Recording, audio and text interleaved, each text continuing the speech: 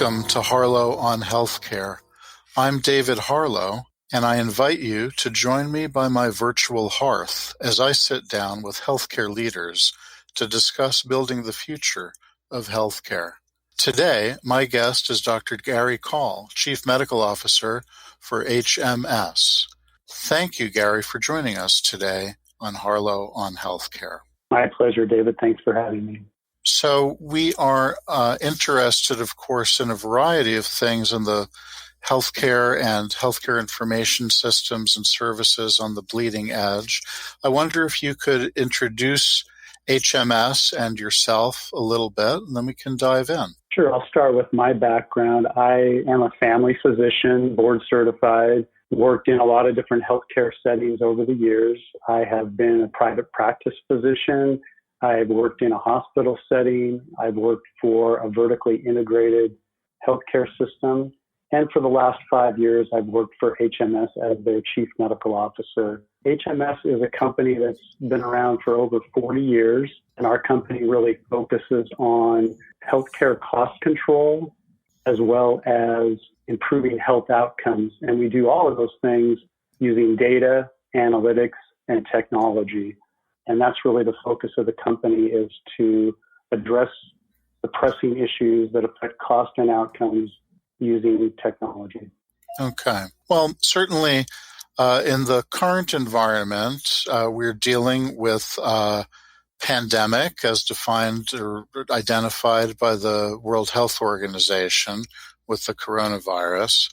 And information is certainly an issue at the forefront. And I'm wondering how you are thinking about information, public health communications, and the engagement that's necessary with the public at large and many members of the public who will become patients in this unusual environment. Yeah, it's interesting during public health emergencies like this one, and this is certainly seems to be unprecedented, at least in my experience in healthcare. There's a great need to get information out to people, especially in the environment that we're seeing where recommendations and information is changing very rapidly. It's important to have a way to get information out to people that need to be in contact with that information. And so there are a group of stakeholders that need to engage with each other. That includes government entities, employers, healthcare payers, and certainly citizens and patients here in the United States. And so it's really important to have methods to get information out in a timely fashion.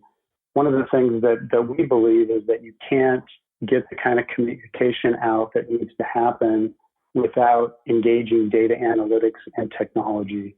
We feel like it's very important to have access to those tools in order to get the kind of scale that we will need to be able to get people the information that they need to stay healthy and to decrease the spread of this pandemic. I think, in our opinion, it's really important to make sure that there's an ability to get credible information that's very accurate, but also timely and out to populations in a way that they can understand it. And I think those are the focal points for us, is how do we use technology to get scale, still make sure that we're giving information to people in a way that they can access, understand, and engage with. Right, and I think one of the issues there is how do we break down the population at large into different groups that we need to reach differently with different kinds of information or through different channels. And though we're dealing with a novel virus, we're dealing with a population that we should know pretty well already. And I'm wondering if you can talk about connecting the dots a little bit there. How do we deal with different populations, and how do we address the fact that we're dealing with something completely novel at the same time? Yeah, I think as we work with our clients, what we're trying to focus on is that they need access to advanced analytics in order to develop different target groups, because your outreach is not going to be the same for everyone. You've got to be able to target different groups of people because the messaging is probably going to be different depending on the groups that you're trying to reach out to. And so I think that's the first message that we have is you've got to have advanced analytics to be able to do that. And I'll talk a little bit more about some examples. For example, you may have immigrant populations. And certainly in the current healthcare environment, being able to get information about the coronavirus or whatever public health emergency that we're dealing with, getting information to immigrants in a timely fashion in a way that they can understand it is really important. So, one of the things that we emphasize is being able to get good translations of materials and information that makes sense in a cultural context as well as a language context. In other words, you can't just translate things word for word, but you've got to have expertise in the whole context of the message that you're trying to get across. I think it's really important that we also be able to address fears that immigrants may have with all of the information in the news recently about the public charge rule. There's certainly a lot of fear in immigrant communities that if they seek care, they may be targeted for deportation or having their ability to stay in the country impacted. So getting some messages out to that group of people that addresses those concerns, I think is really important. The other thing about immigrants is oftentimes they may not be familiar with our healthcare system or how it works. So helping them have an understanding of how to address the particular issue within the context of the U.S. healthcare system, I think is really important. So that's an important part of messaging. Another group that we know is high risk in the coronavirus population is the elderly population. And so trying to get messaging that will engage them and get them to change their behaviors is really critical. And that's where I think it's important to have behavioral health experts who can craft the messaging that will get people to change behaviors. So right now we're asking elderly people to really isolate themselves. That's very challenging and difficult for them. Many people already suffer from loneliness as it is. So now you're asking them to cut off all of their normal communications by not going out to restaurants, not meeting with groups of friends. Church and community activities may have been suspended. So I think it's really important to, again, use your analytics to target people who may be at risk for loneliness, who are the elderly people in the population, and especially combining people who are elderly who also have high-risk health conditions. Those are all things that analytics can take care of. And then I think it's really about the messaging of how do you get a message that helps people understand the importance of self-isolation during this time for them to decrease their risk, and how do we maybe even provide some social interaction with some of the outreaches that we do. We find that many elderly people really actually enjoy some of the outreach calls and messaging that they get because it gives them a chance for some social interaction. So I think having messaging that's sensitive to the situation and sensitive to the needs of the population that you identified through your analytics, those are all really key things that are really important. Folks who may be at higher risk of isolation and loneliness make sense in the broad spectrum of situations. And I imagine there can be messaging tailored that's quote unquote off the shelf for a variety of different situations. However, again, looking at the current situation in this country and around the world, we're dealing with something novel. And I'm wondering how quickly people are able to pivot, folks you're working with, in terms of designing new communication programs that can be slotted in to the different sorts of delivery channels that have been identified as being most useful for different populations. Sure. I think it's really important to be able to pivot quickly. And obviously, this is a new situation with the coronavirus, but it is something that organizations like ours have experience doing. So it's important to be able to get messages tailored and out to the populations and be able to segment the populations quickly. So right now, we feel like if we are doing a program for an existing client, we're really able to get a new program out the door in 1 to 2 days. If it's somebody where we don't have their data and we have to build some connections, we estimate that we can usually do that in a 3 to 5 day period. So it is important to be able to get information out the door. I think it also highlights the importance of organizations having a partner like HMS that has these capabilities. already queued up ahead of time before maybe an emergency situation hits, so that you can reduce that turnaround time to some of the shorter times that I talked about. It's important to be able to also have a partner who has multimodal outreach capabilities, because we all know that different people respond differently to different types of outreach methods. And so some populations may respond better to interactive voice response calls.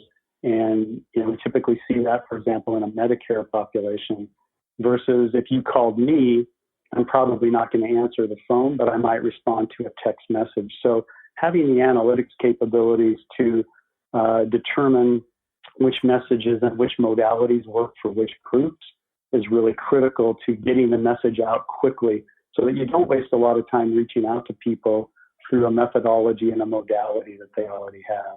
But I think having a partner lined up ahead of time is important, and looking for partners who have done this before. So just for an example, we're talking about coronavirus now, but one example that we use with people is, with Hurricane Irma, for the affected areas, HMS was able to engage with some health plans and other local authorities to get messaging out to people who were in the hurricane path before the hurricane even hit, explaining to them how they could get extra refills of their prescriptions so that they had enough medication to get through the crisis without having to go to the pharmacy. So getting that message out to the right populations, people who we were able to use analytics to identify that, hey, this person has a chronic illness, they take regular medications, and getting that message out to those people in a timely fashion so they could go to the pharmacy and understand that their health plan would let them go to the pharmacy before their normal refill period was really critical. And, just to talk about the scale in that particular interaction, we were able to get the message out to 800,000 health plan members in 2 days from the time that we started the program. So again, engaging with people ahead of time so you have a partner that knows how to do this is a really critical step that anyone can take who might need to reach out to people during an emergency situation. If you're just tuning in, this is Harlow on Healthcare, coming to you on Healthcare Now Radio. I'm David Harlow, and my guest today is Dr. Gary Call, Chief Medical Officer for HMS. Gary, we're talking about sort of the ability to pivot and take action quickly. And I think the other side of the coin here is being able to continue sustained action. We were talking before about elderly populations and social isolation. I mean, if somebody is quarantined or self-quarantined for an extended period of time, the risks around social isolation really go up exponentially, I would imagine. Are you working with folks who are designing sorts of engagement programs that go beyond personal phone call? What do you see happening on that front? Yeah, I think, it's important to understand how much social isolation really impacts people's health. So, we've seen studies where 1 in 3 people over the age of 45 report loneliness as part of their life. And some of the statistics around what loneliness and social isolation can do to people's health is pretty startling. There's a 64% increase in the risk of dementia. There's a 32% increase in the risk of stroke, and a 29% increase in the risk of coronary artery disease. The result of all those things and the isolation itself, we see a tremendous increase for that population in the number of emergency room department visits that maybe aren't emergency, in the number of hospitalizations that occur, and also people that are placed into nursing homes that maybe could have stayed in their home setting with the right support. So as we deal with the coronavirus crisis, I think it's really important to think about what's going to happen to this elderly population that, again, we are instructing to isolate themselves for their own protection. How is that going to make this loneliness issue even worse? And how do we help them maintain and rebuild relationships? So one of the things that we use is just a communication strategy. So putting together outreach programs that can really serve to stimulate them, to give them instruction on safe socialization, and to allow them to have an outlet for interactions with other people, or at least getting messaging from the outside. So those are programs that we currently are able to build and are able to, again, touch base with people so that they feel like at least they have some interaction, even if they need to socially isolate. And we have found that that makes a difference in those healthcare conditions that we talked about earlier. So have you seen these tools and this platform mobilized in another sort of public health emergency situation? You've talked about Hurricane Irma and prescription refills as one example. I'm wondering if you could touch on other sorts of scenarios where this has worked, where this can help, where this, together with other sorts of interventions.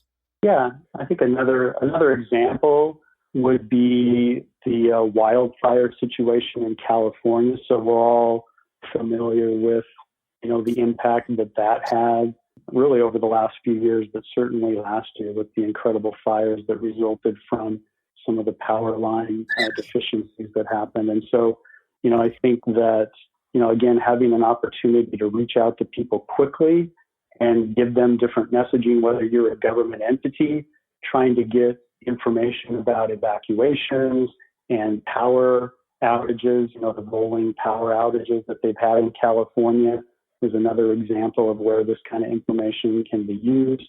And then again, from a healthcare perspective, trying to get people information during that type of crisis. Again, going back to the wildfires, what's going to happen to your copays and deductibles? How can you get care if we can't give you a prior authorization because the power is out at our office? I mean, all those kinds of things that typically are processes that people use to access the healthcare system. Communicating information to them during those kinds of settings is really important so that people know what they can do, what exceptions will be made, and how things can work in the system when things aren't working normally. So I think that's another example of places where we've seen a use for this kind of messaging. And that's kind of an ongoing thing. Like I said, it's not just during the fires, but with all the power outages that are happening as the power companies in California are anticipating having to shut down power during high wind times or other weather events that might trigger fires, and that creates a lot of havoc in the system. So again, being queued up and ready to get those kind of messages out to people during that kind of a event, I think is really important. So I don't know that we've ever seen, at least again in the time that I've been in healthcare, which is a fair amount of time, a healthcare crisis of the nature that we're going through right now, where it's impacted the whole country. But there are also local outbreaks, like sometimes you might have a water contamination issue, things like that. So there's numerous instances where using this kind of technology to do outreach is going to be in order. And then we talked already about pharmacy issues, and another big area where we use this is in pharmacy recalls. So when a drug has been recalled by a pharmacy, it can be really hard for pharmacies to do outreach to get a hold of patients who may possess lots of prescription drugs that have been recalled. So this is a rapid way to do outreach, and we do a lot of those kinds of programs. That's something that we do on a regular basis as those events occur.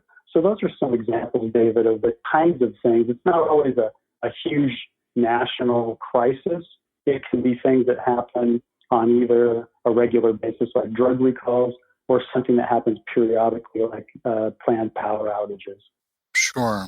So I have to ask, this is probably not what you thought you were going to do when you entered medical school, or was it? I'd be interested to understand your path to your current position. Yeah, this is not I don't think I even would have known anything like this existed when I was in medical school, to tell you the truth. So it's interesting where life takes you, right? So I was in practice for quite a while and did some management in a vertically integrated healthcare system, and then sort of got interested in the business side of medicine, ended up working for some health plans, did that for a while, and then became really interested in how do we solve the problem of containing costs in the healthcare system and doing it in a way that makes sense. And then how do we improve outcomes? And so I sort of came upon HMS as a company that was doing those kinds of things. And it just made sense to me looking for opportunities to really make a difference, not just in my local practice with several thousand patients, but how can I make a difference across the whole country? And you see that, we waste so much money on fraud, waste, and abuse. A lot of people estimate that up to 1/3 of the money spent in the healthcare system is wasted in one of those buckets. Right. So trying to find a way to do that. And again, we're having worked at a health plan and seeing the limits of what we could do. And now coming to HMS and seeing how much more we can help as a partner with access to large data sets and really advanced analytics and some real great experts at doing cost containment. It really kind of opened my eyes to what's available to the system that maybe we aren't taking full advantage of from a cost control perspective.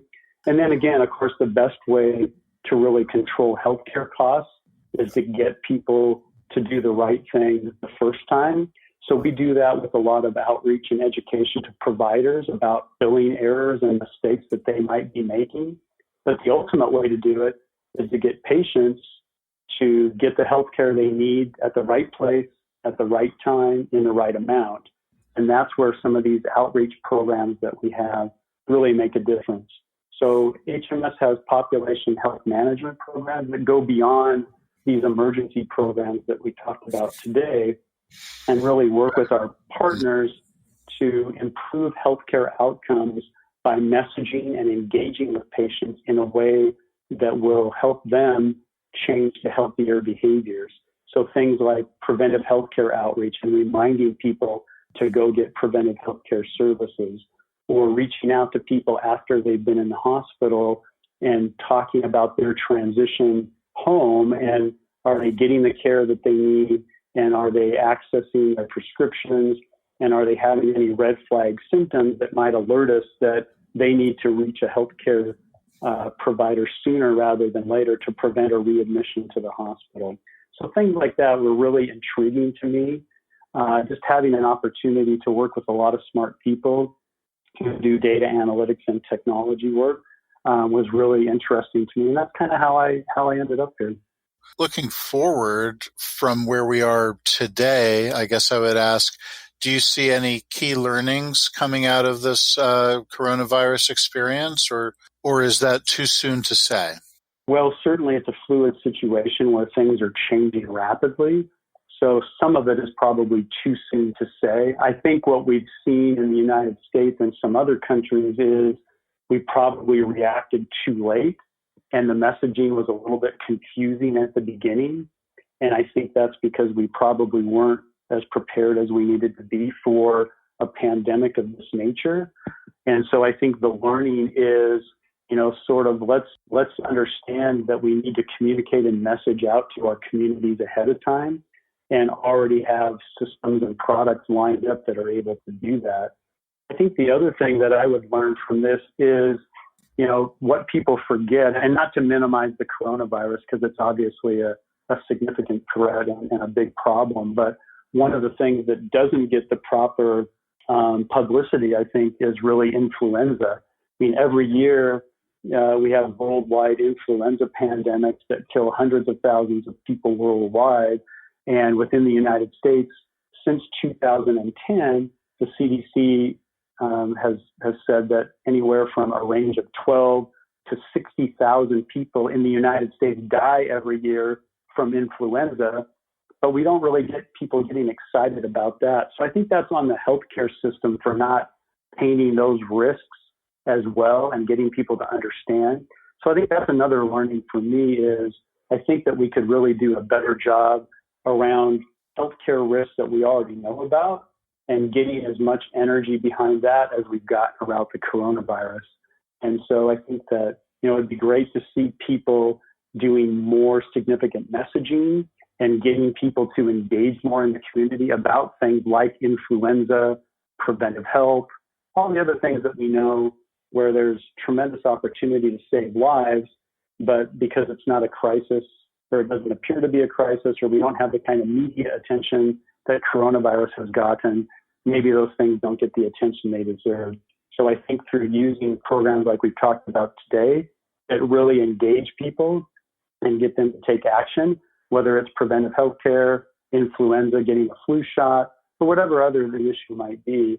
I think that's something that we can take as a lesson, that we really need to do more to engage people in their own health in this country to prevent unnecessary deaths, whatever the issue might be. So to wrap things up today, Gary, I'd like to ask you my final question, which is, what is one thing in healthcare that you would hope or expect to find has changed dramatically in 5 years? If you were to wake up tomorrow and it's 5 years in the future, what would you think would be different? One thing that I would really like to see is that we have really used engagement solutions to get patients to take sort of responsibility, give them the tools to take responsibility for their own healthcare more.